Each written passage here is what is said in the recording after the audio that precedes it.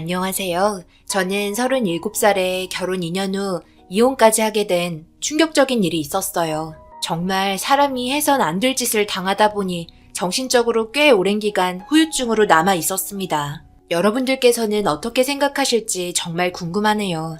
남편이었던 호영 씨와는 33살에 만나게 되었어요.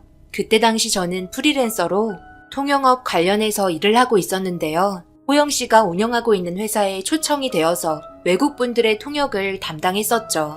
꽤 높은 분들이 계셨던 것 같아요. 딱 봐도 어느 정도 위치에 있는 분들이라는 걸 알 수 있었죠. 그 사이에서 호영 씨가 외국 분들을 인솔하면서 저에게 통역을 부탁했고, 호영 씨가 일적인 부분을 설명할 때 옆에서 대신 통역을 해줬습니다. 호영 씨도 어느 정도 의사소통은 가능했지만 매끄러운 진행을 해야 했기 때문에 제 역할은 정말 중요했죠. 그렇게 늦은 시간까지 동행을 하면서 자연스럽게 대화가 오고 갔고 일주일 정도 일을 하게 되었어요. 그리고 마지막 날 미팅 자리에 통역을 하면서 처음 보게 된 다른 한 분이 오셨고 그분은 행동하는 게 좀 이상했어요. 그래서 누구냐고 물어봤고 호영 씨 회사에 제일 많이 투자를 하시는 분이라며 돈이 어마어마하게 많다는 말을 듣게 되었어요. 그런데 아무 말 없이 사람들이 대화하고 있는 자리에 끼지 못하고 잘 알아듣지 못하는 것 같아 옆에 다가가 말을 붙이면서 호영 씨 회사 직원분들이 얘기하는 걸 통역해 주었는데 알아듣지 못하고 있었습니다. 다른 곳을 쳐다보며 어눌한 표정과 시선 처리를 제대로 하지 못하고 있길래 저는 수화를 시작했고 제가 수화를 하는 모습을 본 외국인은 놀람과 동시에 저를 보며 수화를 하기 시작했어요. 그리고 한국 직원분들이 얘기하는 걸 수화로 통역해 주었고 그걸 본 호영 씨는 엄청 놀란 눈빛으로 저를 계속해서 바라봤네요. 놀랄만도 했죠. 저는 통역을 하러 온 거지 수화를 하러 온 건 아니었으니까요. 제가 수화를 하게 된 이유는 저희 아빠가 청각장애를 가지고 있거든요. 그래서 자연스럽게 수화를 배웠고 살다 보니 아빠와 대화하는 것뿐만 아니라 사회에서도 정말 생각하지 못한 곳에 쓰이게 되어 많은 도움을 받았고 인정해 주시는 분들도 있었죠. 그런데 이런 제 모습이 호영 씨 마음속에 들어왔는지 만난 지 일주일밖에 되지 않았는데 고백을 받게 되었어요. 저도 싫진 않았던 이유가 일주일간 대화할 시간이 꽤 있었고 서로에 대해 어느 정도 잘 맞는다는 느낌을 받게 되어 사람 꽤 괜찮다고 느꼈었죠. 그렇게 통역 일이 끝나고도 저희는 지속적으로 만남을 이어오고 있었고 서로 연인 사이가 된 지 2년 정도 되었을 때 호영 씨는 결혼하자는 얘기를 꺼내면서 저희 집에 인사를 오고 싶어 했어요. 저희 가정 환경이 별로 좋지 않은데도 저랑 결혼하고 싶다고 지속적으로 얘기해 왔지만 호영 씨 집안은 저희 집과 비교도 안 될 정도로 잘 사는 집안이라 솔직히 부담되긴 했어요. 우리 집안은 호영 씨와 다르게 많이 부족해서 분명 호영 씨 부모님께서 나를 별로 좋아하지 않으실 텐데 정말 괜찮겠어?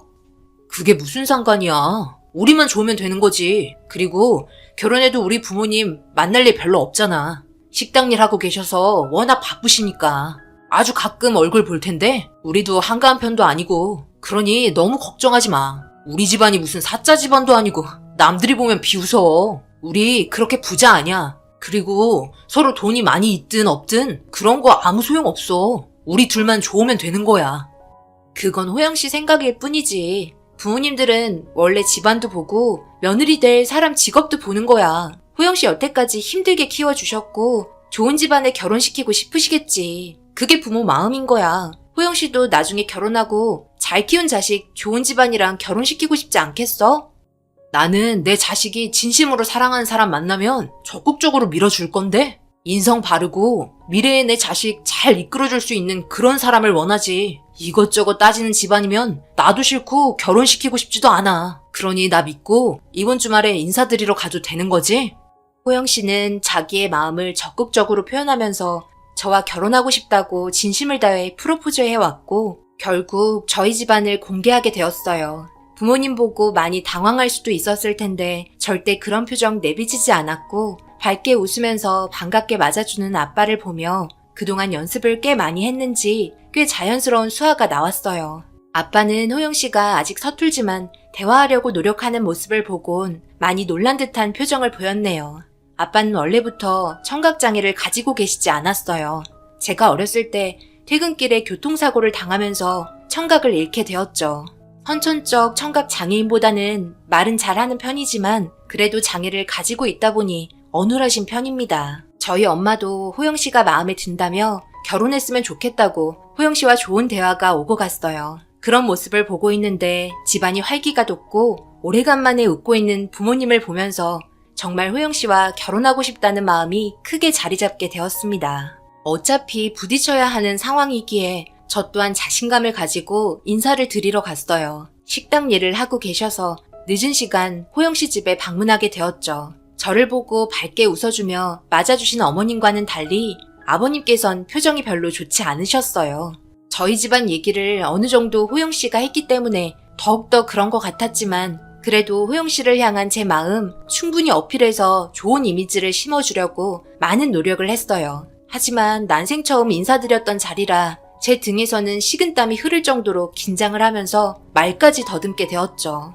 그런 제 모습을 어머님께선 귀엽게 봐주셨고 아버님께선 묵묵하게 제 시선을 피하며 불만이 많은 듯 제가 꺼낸 얘기에도 제대로 대답을 해주지 않았습니다. 그런 모습을 지켜보고 있던 호영 씨는 결국 아버님과 따로 대화를 하고 싶었는지 아버님을 데리고 방으로 들어갔어요.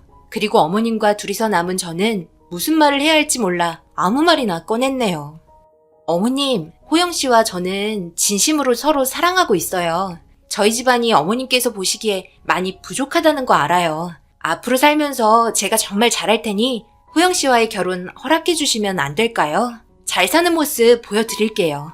나는 너희들만 좋다면 당연히 결혼시키지. 그런데 저희가 워낙 꽉 막혀있는 사람이라 답답한 부면이 좀 있어. 나랑 호영이가 잘 설득시킬 테니까 너무 걱정하지 말고 괜찮은 시간에 상견례 날 잡았으면 하는데 호영이랑 얘기해서 날짜 알려주면 그때로 맞출 테니 편하게 있다가 들어가렴. 너무 걱정하지 말고 호영이 방에 들어가 좀 쉬어.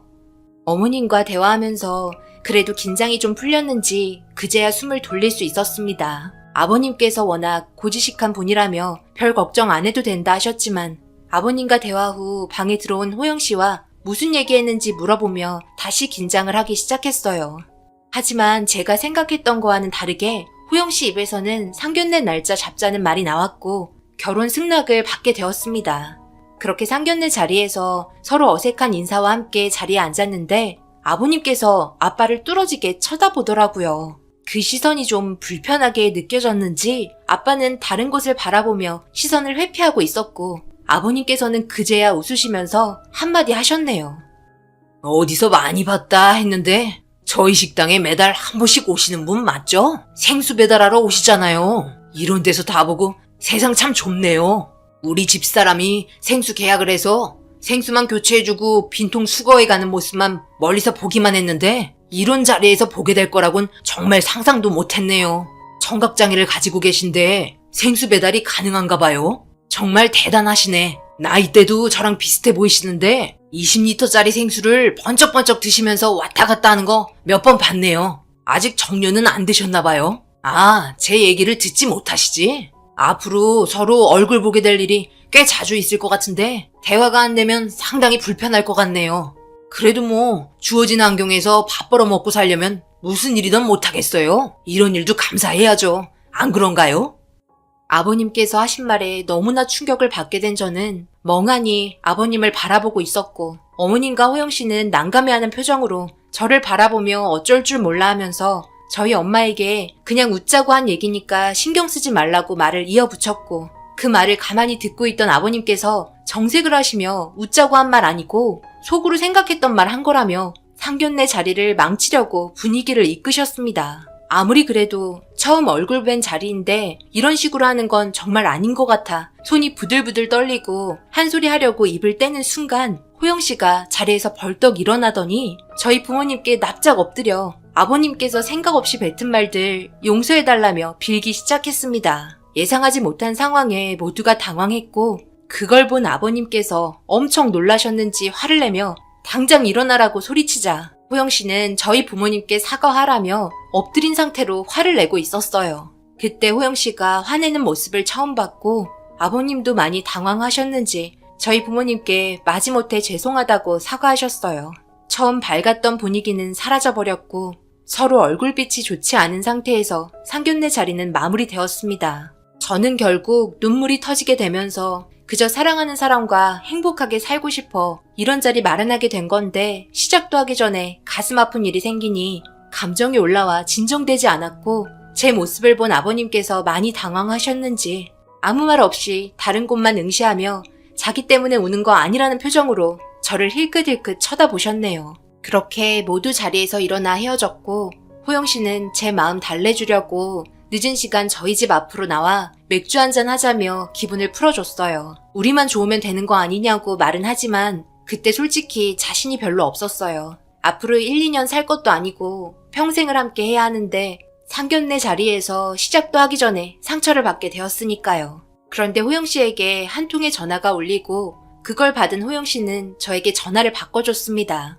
아버님이었죠. 전화 온 이유는 상견례 자리에서 생각 없이 뱉은 말에 대한 사과였어요. 그래도 계속 마음에 걸리셨던 건지 저에게 진심을 다해 사과를 하는 것 같아 어느 정도 마음이 풀리기 시작했고 시간이 어느 정도 지나 바쁘게 이것저것 준비하면서 결혼식까지 하게 되었네요. 정말 아무 문제 없이 잘 지내왔어요. 신혼집에서의 결혼 생활은 정말 좋았죠. 시부모님 얼굴 볼 일도 많지 않았어요. 식당 일이 워낙 바쁘셨고 저희도 각자의 일이 바빠 시간을 내기 힘들었죠. 그렇게 별 문제 없이 신혼생활 2년 정도 되었을 때 엄청난 일을 겪게 되고 말았고 제가 모르고 있었던 2년이라는 시간 동안 아버님께서 했던 행동들에 대해 너무나 충격을 받게 되었네요. 금요일에 아버님 식당에 가서 저녁 먹자고 호영씨가 물어보길래 인사드리러 간 지 꽤 오래돼서 좋다고 말했죠. 그렇게 퇴근 후 호영씨와 만나 식당에 도착을 했는데 식당 앞에 아빠가 일할 때 사용하시는 트럭이 주차되어 있는 걸 보게 되었어요. 생수 배달하러 오신 걸 보고 차 안에서 호영씨가 주차가 끝나길 기다리고 있는데 아버님과 아빠가 몸싸움이 벌어지고 있었고 너무 놀란 저희는 급하게 차에서 내리는 순간 아버님께서 아빠에게 충격적인 행동을 하시면서 저는 비명을 지르고 말았습니다. 아빠가 매달 수거해 가시는 빈 생수통에 음식물이 가득하게 차 있었고 그걸 몇 통이나 채워놨길래 아빠와 신랑이가 벌어졌던 건데 음식물이 담겨있던 생수통을 하나 열더니 그걸 아빠 얼굴에 뿌리면서 고래고래 소리치며 다시는 생수 배달 자기 매장에는 오지 말라며 난리를 치기 시작해 무슨 일인지 아버님께 화를 냈고 아빠와 수화로 대화를 하니 아빠가 저번 달에 생수 배달을 하던 중 옆에 있던 사람을 보지 못해 생수통으로 음식을 먹고 있던 분의 머리를 치게 되었는데 그 음식이 얼굴과 몸에 묻게 되면서 죄송하다며 세탁비까지 드리고 상황을 마무리했는데 그걸 본 아버님께서 그냥 넘어가기 싫으셨는지 물을 다 먹은 생수통에 음식물들이 빠지는 하수구 배관을 연결해서 음식물을 모두 담아서 반납을 했다며 화를 내고 있었습니다. 수거해서 가져갈 빈 생수통이 5개 정도였는데 거기에 음식물이 가득 차 있었고 엄청난 악취를 풍기고 있었는데 그중 한 통의 뚜껑을 열어 아빠 얼굴에 마구잡이로 뿌려대기 시작한 거였죠. 청각 장애인이라고 아빠를 무시하는 건지 저런 행동을 한 자체가 너무 어이가 없었습니다. 그런데 더 충격적인 건 아빠를 그동안 무시하고 밀치고 식당에 많은 사람들이 보는 앞에서 손가락질을 하며 식당 사장이라고 갑질을 하고 있었다는 주민분의 말을 듣게 되었어요. 동네 분이라 참고 있었지만 얼굴에 음식물을 뿌린 건 진짜 아닌 것 같다며 그동안 있었던 일에 대해 모두 듣게 되었죠. 아빠는 제가 조금이라도 밉보일까봐 참고 있었다지만 제 속은 벌써 다 문드러졌었죠. 그럼 엄마라도 말리고 있어야지. 왜 이런 상황들이 온 걸 얘기 안 한 건데? 정말 이건 너무한 거 아니에요?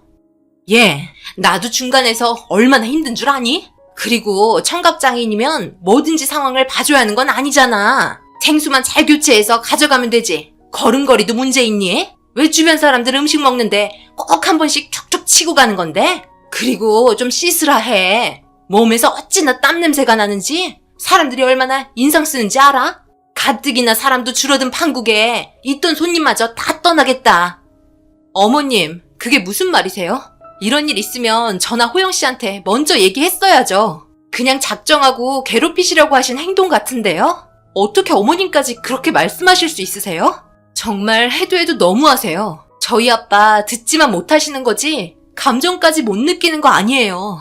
지금 이 상황 그냥 넘어갈 수 없을 것 같아요. 사과하세요. 빨리 사과하시라고요.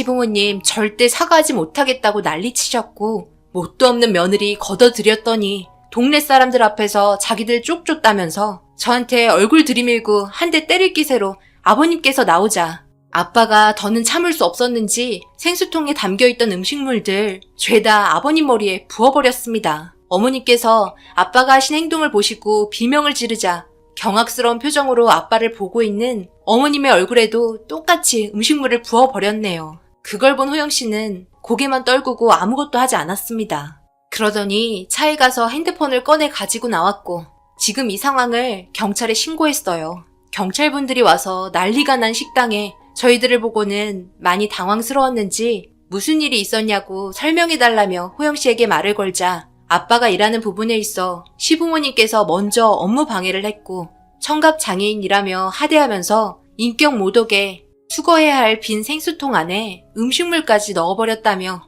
시부모님 처벌을 원하고 있었습니다. 저는 그 모습을 보고 당황스러웠고 시부모님께서 호영 씨의 행동에 분노하시면서 자식 새끼 키워봤자 소용없다며 법대로 하라고 난리쳤네요. 그런데 경찰분께서 음식물을 어떻게 처리해서 생수통에 넣었냐고 설명해달라면서 주방으로 들어가자 갑자기 당황해하면서 횡설수설하길래 경찰분께서 주방을 확인해보니 음식물 분쇄기를 불법으로 설치해서 바로 배수관으로 빠지게끔 만들어 놓은 상태였습니다. 법에 걸리는 일을 저질렀고 환경부에서 조사까지 나오는 상황이 발생이 되었네요. 결국 위생도 좋지 않은 상태에서 음식을 만들어 장사를 해왔었고 상당히 많은 양을 몇 년 동안 하수도로 흘려보낸 불법적인 문제 때문에 3개월의 영업정지에 200만 원의 과태료가 부과되었습니다. 그리고 아빠가 하시는 일에 대한 영업방해와 함께 인신공격으로 인한 정신적 피해 보상을 받게 되었고 호영 씨와 계속해서 결혼 생활하는 것도 상당한 문제가 되면서 이혼을 하게 되었습니다. 인연을 끊고 결혼 생활 유지하기에는 서로 간에 받은 상처가 너무나도 컸었기 때문에 정상적으로 아무렇지 않게 살아갈 수는 없었죠. 그걸 잘 알고 있었던 호영 씨가 먼저 이혼하자고 말을 꺼내왔고요. 그렇게 서로 각자의 갈 길을 가게 되었는데 최근에 우연찮게 호영 씨 부모님이 하시는 식당을 지나쳤는데 폐업을 한 상태더라고요.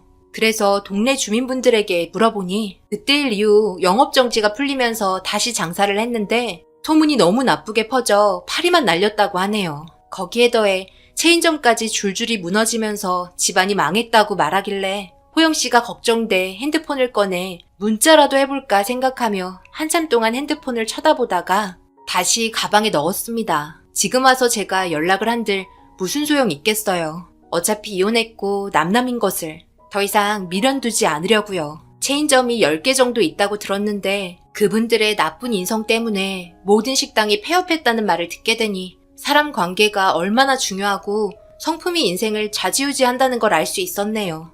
평생 자기 잘못을 후회하며 살았으면 좋겠습니다. 아빠도 최근 들어 몸이 좋지 않아 일을 그만둔 상태입니다. 그래서 독립해서 살던 집 처분하고 부모님 집에 들어와 함께 지내고 있어요. 제가 벌고 있는 돈이 얼마 되진 않지만 그래도 함께 행복하게 지내면서 좋은 추억 많이 만들고 있어요. 최근에 아빠가 한 말이 기억이 나네요. 일하고 있던 도중에 엄마에게 전화가 왔는데요. 아빠가 할 말이 있다고 바꿔달라고 하더라고요. 귀도 안 들리시면서 무슨 말을 하시려나 하고 물어봤어요. 아빠, 귀도 안 들리시면서 무슨 말을 하시려고 저한테 전화까지 한 거예요? 엄마, 들을 준비 됐어요. 지민아, 미안하다. 아빠가 너의 앞날을 막은 것 같아. 미안하다. 못난 아빠를 용서해다오. 아빠가 한 말에 저도 모르게 눈물이 쏟아졌고 그동안 마음고생하셨던 걸 생각하니 가슴이 찢어졌네요. 듣지 못하는 아빠에게 괜찮다고 아빠 덕분에 지금 더 행복한 삶을 살고 있다며 이 세상에 아빠와 함께 살아갈 수 있게 태어나게 해줘서 감사하다며 아빠가 청각장애를 가지게 된 이후로 처음 통화해 봤습니다. 저희 가족이 부유하진 않지만 그래도 마음만큼은 부자입니다. 제 사연 읽어주신 분들, 가족분들과 항상 행복하시고 웃음이 끊이지 않은 삶 사시길 바랍니다. 감사합니다. 오늘의 사연은 여기까지입니다. 댓글로 여러분들의 생각과 조언을 남겨주세요. 구독, 좋아요, 알림도 꼭 부탁드립니다. 저는 다음 영상으로 찾아뵙겠습니다. 감사합니다.